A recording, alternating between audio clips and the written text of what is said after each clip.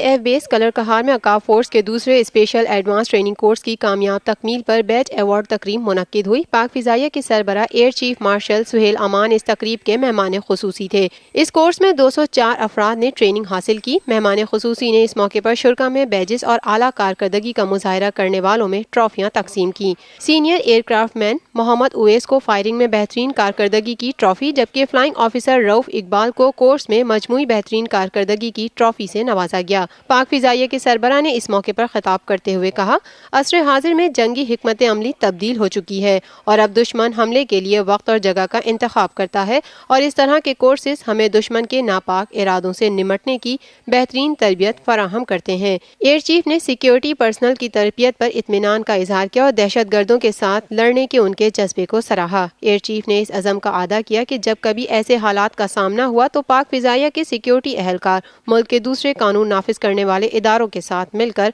अपना किरदार अदा करेंगे।